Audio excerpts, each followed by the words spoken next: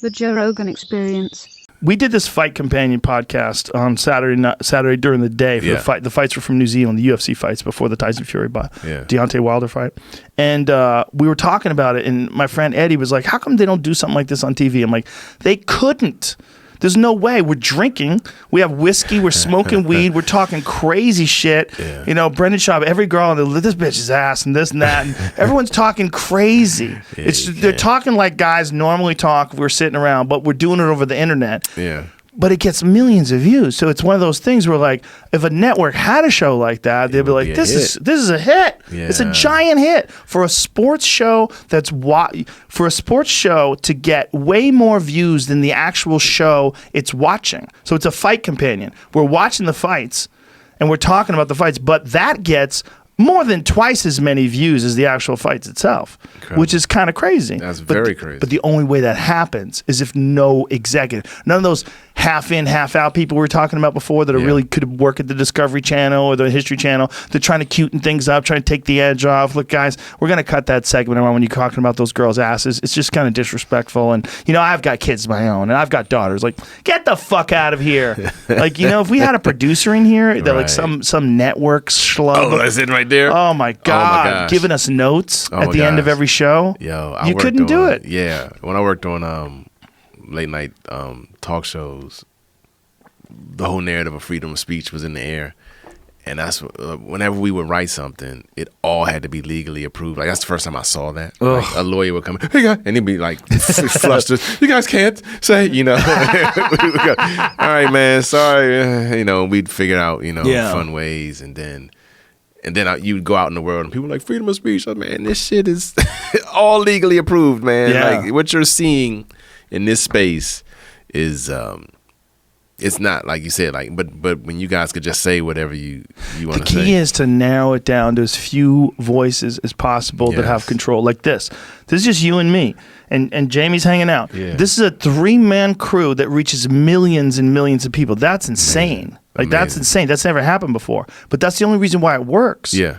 Because you don't have any, like, my sensibilities are all fucked up. They're not normal. Like, what I think is okay in terms of drugs and violence and all the different things that I enjoy. Yes. I'm a hunter. I bow hunt animals, you know. That's what I eat. I smoke pot all the time. Man. You know, I'm always swearing. Yeah. Like, I don't believe in any of these things. I just think that when you're putting together a show, there's no way you would ever let a person like me be responsible for the job of promoting something, or push like being the captain of a show where you got all these executives and their jobs are on the line, and you're gonna have some loose cannon like me who's a wild stand-up comic.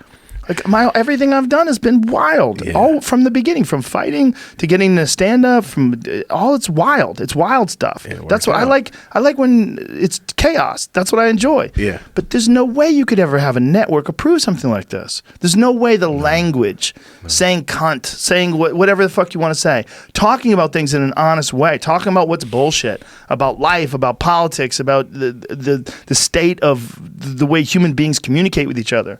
Yeah. You got to boil it down to just a couple of people.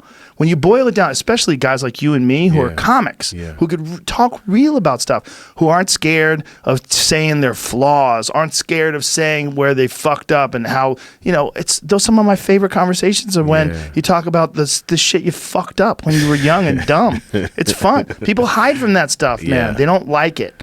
They don't like to feel like they're inadequate or they always like to feel like they were always good. Like, that's all nonsense. Yeah. This kind of thing where you're doing a podcast, I think this is the future of all those talk shows. Those talk shows are dwindling. They're like flowers in the desert, man. They're not getting enough water. There's no one watching. Yeah. If you look at the numbers like Conan's show, it's horrible.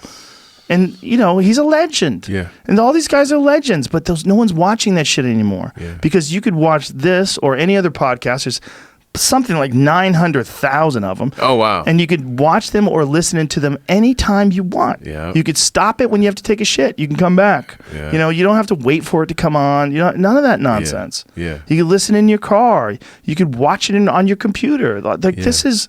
And people are being real. This is a different world now. With the internet, there's too much real information for you to get spoon-fed nonsense on television. You know, let those, like when I watch those CBS shows, like those crime shows, I'm like, old people are watching this, right? Old people and people that like have chemicals at work and they come home drunk.